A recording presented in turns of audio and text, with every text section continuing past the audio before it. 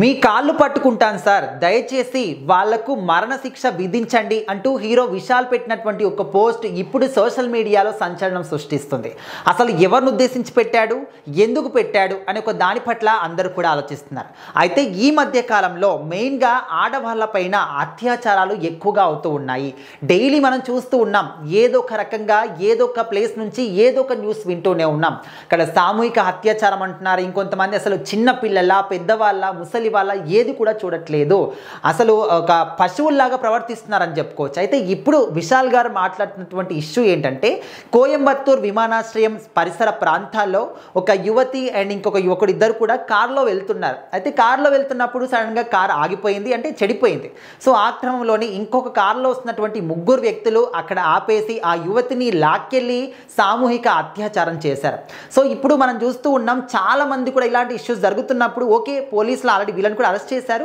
Arrest చేసిన తర్వాత కొన్ని రోజుల పాటు ఉంచుకుంటున్నారు. ఆ తర్వాత ఇంకా బెయిల్ మీదన ఏదో ఒక రకంగా వాళ్ళు బయటకు వచ్చేస్తున్నారు. మళ్ళీ విచ్చలవిడిగా పశువులాగా తిరిగేస్తున్నారు, ఊరి మీద వచ్చినటువంటి ఒక ఆంబోతులాగా.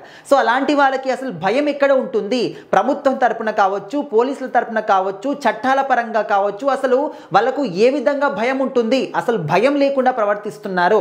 మీరు అరెస్ట్ చేస్తున్నారు, కుంభాలకు వాళ్ళకి తినిపిస్తున్నారు, ఆ తర్వాత బెయిల్ మీద బయటికి పంపిస్తున్నారు. మరి నెక్స్ట్ వీటిని ఆపేయాలి అంటే వాళ్ళు ఏ విధంగా ఆపేస్తారు? ఖచ్చితంగా ఆటోమేటిక్గా వాళ్ళు దీని ఒక ఎగ్జాంపుల్గా తీసుకుంటారు. అరే పలానా వాళ్ళు చేశారు, పోలీసులు ఏం చేశారు, తీసుకెళ్లారు, మళ్ళీ పంపించారు కదా, ఇంకా మనం కూడా చేద్దాము, మనం కూడా అట్లే ఉంటాం కదా అని చెప్పేసి. సో ఇక్కడ ఏంటంటే విశాల్ గారు ఏం చెప్తున్నారు, అలాంటి వారిని దయచేసి మరణశిక్ష విధించండి సార్, అప్పుడైనా భయం వేస్తుంది.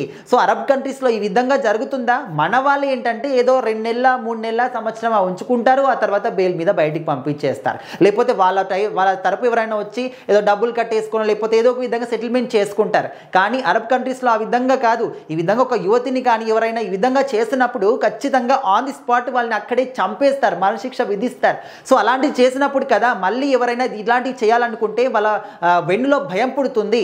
అలాంటి శిక్షలు మీరు కూడా తీసుకురండి. సో ఇక్కడ ఏదైతే ఇష్యూ జరిగిందో మనం చూసాం, ఇక్కడ ఆంధ్రప్రదేశ్లో అప్పట్లో ఉన్నటువంటి వైఎస్ఆర్ కూడా ఒకప్పుడు ఇలాంటి చర్య చేశారు. సో ఖచ్చితంగా నేను సెల్యూట్ చేస్తాను.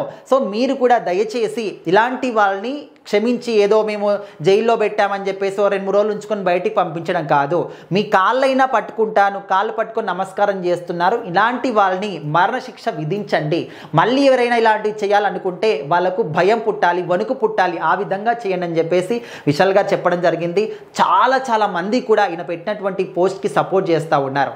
సో ఒక హీరో ఇంత అంటే నిక్కట్టుగా మాట్లాడడం అనేది చాలా అరుదుగా కనిపిస్తుంది. సో ఆయన కోసమా లేకపోతే ఇట్లా మాట్లాడినందుకు ప్రభుత్వం నుంచి ఆయనకి ఏదైనా ఇబ్బందులు వస్తాయి ఏది కూడా ఆలోచించకుండా అసలు ఏం జరుగుతుంది సమాజంలో దాని గురించి ఇంత నిర్భయంగా మాట్లాడడం అనేది చాలా గొప్ప విషయం అంటూ ఈ యొక్క న్యూస్ని షేర్ చేస్తూ ఉన్నారు.